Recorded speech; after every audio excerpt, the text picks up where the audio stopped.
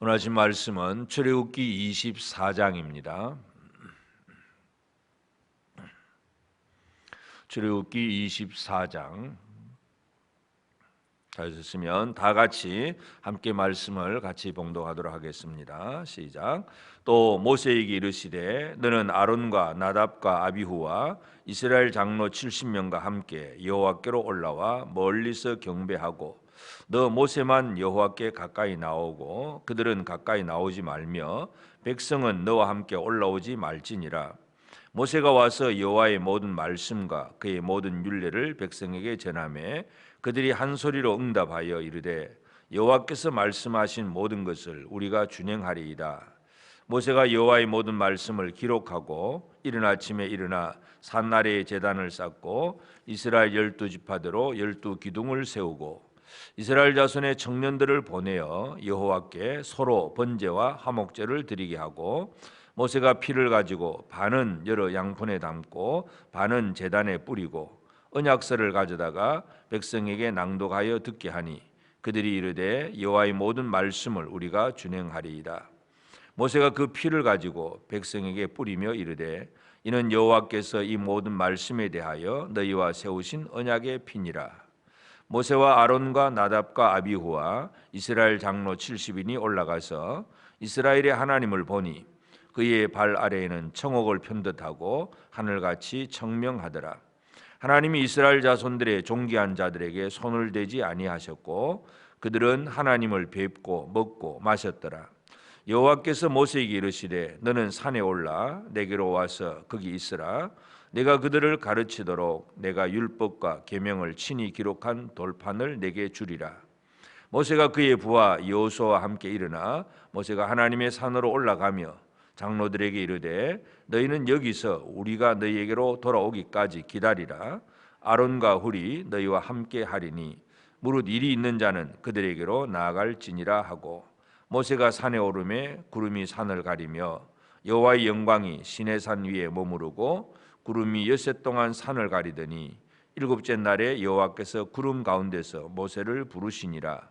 산 위에 여호와의 영광이 이스라엘 자손의 눈에 맹렬한 불같이 보였고 모세는 구름 속으로 들어가서 산 위에 올랐으며 모세가 40일 40야를 산에 있으니라.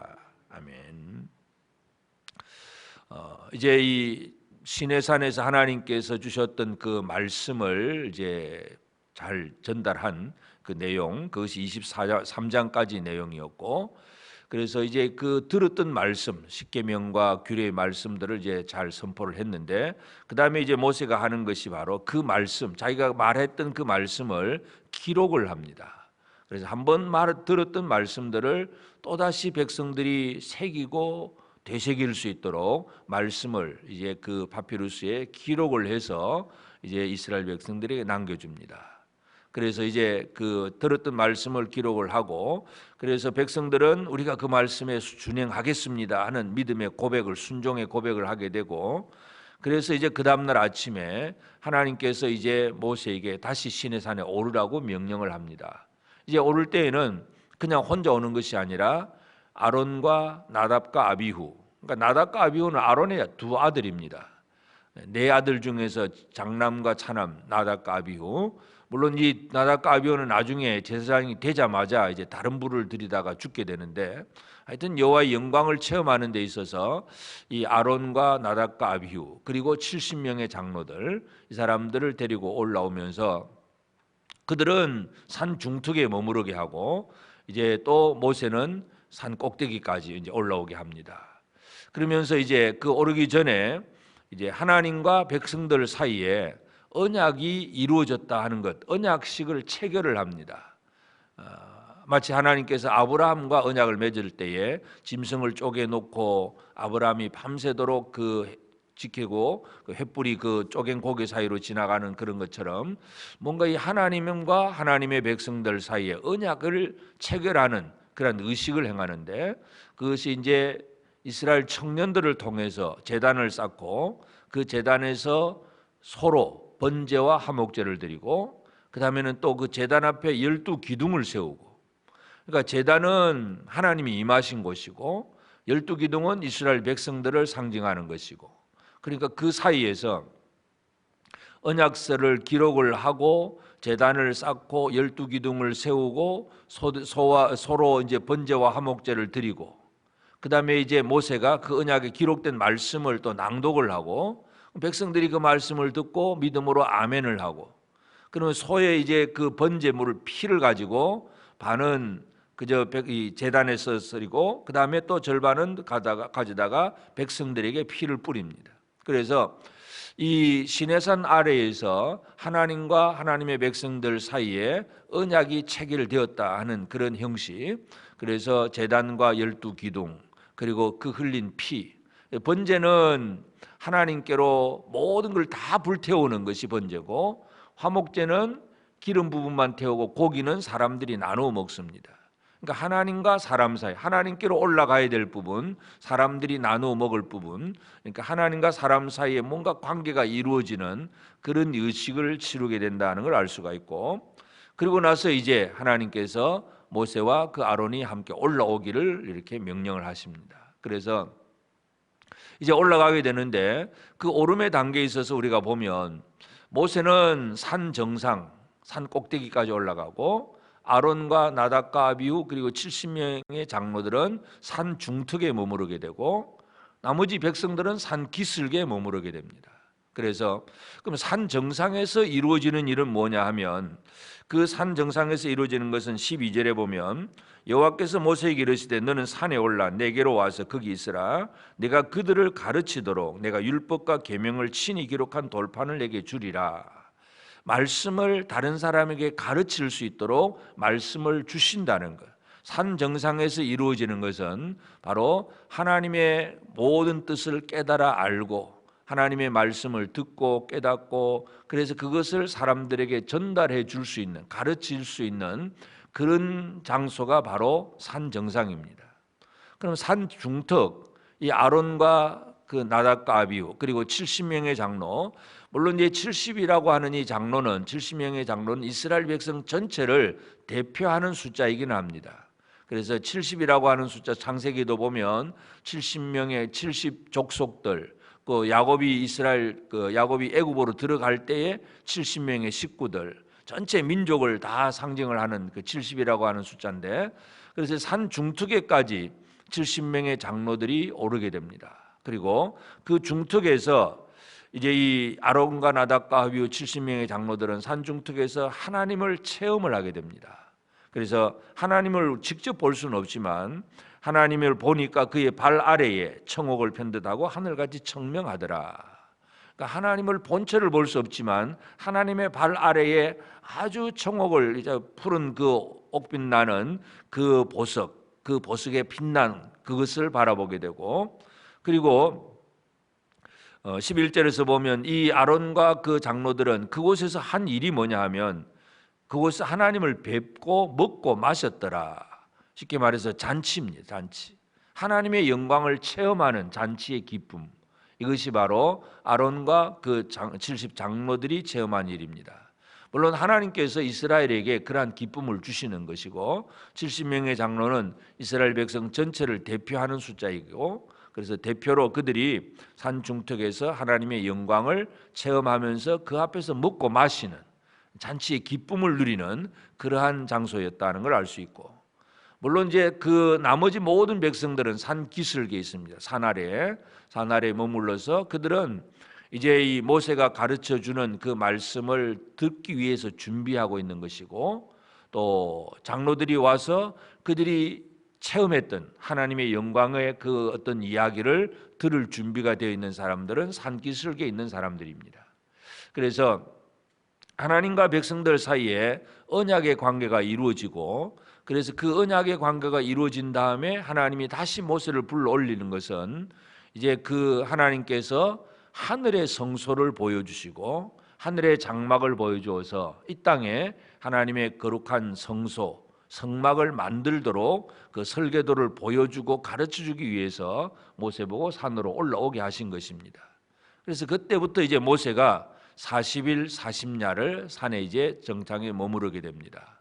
그래서 이제 오늘 우리는 이 출애굽기 24장을 통해서 참으로 하나님과 우리 사이에 언약의 관계가 제대로 이루어졌는가 하는 이 부분, 이게 가장 근본적인 문제고, 그 다음에 언약의 관계가 이루어졌지만 하나님과 관계를 맺는 데 있어서 어떤 자리에 머물러 있는가, 우리가 이렇게도 한번 살펴볼 수가 있습니다. 우리가 하나님의 백성이긴 하지만 여전히 산기슭에 머물러 있는 사람은 하나님을 아는 데 있어서는 늘 간접적인 체험입니다.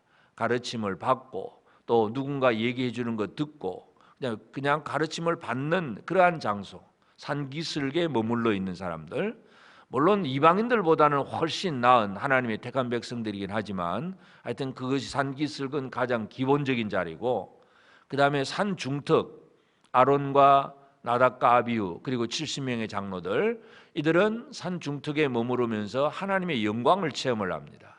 그리고 그 앞에서 먹고 마시고, 그래서 그 큰 기쁨과 즐거움, 우리가 예수를 믿는 성도들에게 있어서도 예를 들어서 예배당에 그냥 몸만 왔다 갔다 한다고 그렇게 생각을 한다면 이것은 산기슭의 사람일 수도 있고, 그러면서 또 믿음으로 살아가면서 기쁘고 즐겁고 뭔가 은혜 받은 기쁨과 감사함과 즐거움이 넘치는 사람들은 산 중턱에까지 올라온 그런 사람이다, 그렇게 이해할 수 있습니다.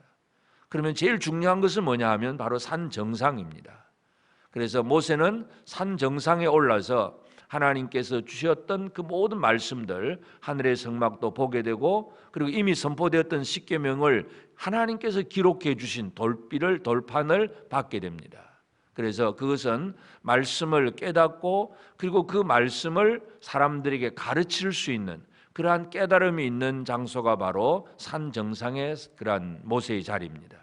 그래서 우리가 이제 믿음으로 산다고 하지만 어떤 사람은 산 기슭에 머물러서 수동적으로 누군가 들려주고 보여주고 가르쳐주면 움직여가는 수동적인 사람이 있는가 하면 좀 더 이제 능동적으로 하나님의 은혜 가운데서 기쁘고 즐겁고 그냥 은혜 받은 즐거움으로 가득 차서 자기가 받았던 그 하나님의 그 은혜 또 보았던 영광의 체험들, 이런 것을 이야기할 수 있는 사람도 있습니다. 그러나 가장 핵심은 하나님의 말씀을 제대로 깨닫고 하나님께서 보여주신 것을 제대로 보고 그것을 사람들에게 가르칠 수 있는, 이것이 바로 산 정상의 사람입니다. 그래서 오늘 우리가 다 같이 다 예수를 믿는 성도들이긴 하지만 우리의 삶의 위치가 하나님과의 관계에 있어서 산 기슭에 머물러 있느냐, 산 중턱에까지 올랐느냐, 산 정상이냐, 우리가 이 세 가지 장소를 가지고도 우리 자신을 한번 돌아볼 필요가 있습니다. 그래서 하나님의 말씀을 깨닫고 하나님이 바로 이렇게 말씀하셨구나 하고 하나님의 뜻을 정확하게 알고 그걸 사람들에게 가르칠 수 있는, 이 하나님의 뜻을 전달해 줄 수 있는 것이 바로 이 산 정상의 사람이고, 그저 은혜 받아서 기쁘다 좋다 이 즐거움 기쁨만 누리면 중턱의 사람이고, 그냥 그것도 없이 그냥 뭐 주어지는 대로만 받고만 그렇게 살아가는 사람은 산 기슭의 사람인데, 오늘 우리의 삶이 오늘도 이 아침에 우리가 기도하면서 산 정상을 체험하게 되기를 바랍니다. 하나님의 말씀이 무엇인지, 하나님 뭐라고 말씀하셨는지, 그래서 어제 오후에 말씀드렸듯이 하여튼 이 그리스도를 깨달아내는 것, 그리스도의 사랑의 그 너비와 길이와 높이와 깊이를 깨닫는 것, 그것을 받아내는 것, 이것이 바로 산 정상의 사람입니다. 그래서 오늘 우리의 삶이 하나님과의 언약의 관계가 이루어졌고, 그리고 그 언약의 관계 속에서 더 깊이 하늘의 성막을 바라볼 수 있고 하늘의 성소가 어떤 것인가를 알고 또 하나님의 음성을 들을 수 있고 하나님이 주셨던 그 말씀을 받을 수 있는 이 받는 자리, 이것이 바로 산 정상의 사람인데 우리의 삶이 바로 이러한 삶이 되어지기를 바랍니다. 그래서 물론 산기슭에 있어서도 다 구원받은 사람이기도 하지만, 그러나 좀 더 우리가 믿음의 깊이 속에 들어간다면 우리가 육신적으로만 예수 믿는 사람이 아니라 우리의 영이 온전히 하나님 앞에 예배하며 나아가는 그런 삶이 될 수 있도록, 그래서 산기슭은 육신적인 예배라고 한다면 산 중턱은 혼의 예배일 수도 있고, 그리고 산 정상은 영의 예배일 수도 있습니다. 그래서 좀 더 우리 하나님과 깊이 밀접한 그런 관계로 나아가는 그런 우리 삶이 될 수 있도록, 그래서 오늘 우리 이 아침에 우리가 말씀 안에서 또 기도를 통해서 산 정상에 오르는 우리가 되고 하나님의 놀라운 은혜를 체험하고 하나님의 뜻을 깨닫고 그것을 다른 사람들에게 가르쳐 줄 수 있는 그 위치에 서서 오늘도 하나님의 뜻을 나도 알고 다른 사람에게 알려주는 귀한 사명을 잘 감당하는 우리 모두가 꼭 되어지기를 바랍니다. 기도하십시다. 그러하신 아버지 하나님, 크신 은혜와 사랑을 감사합니다.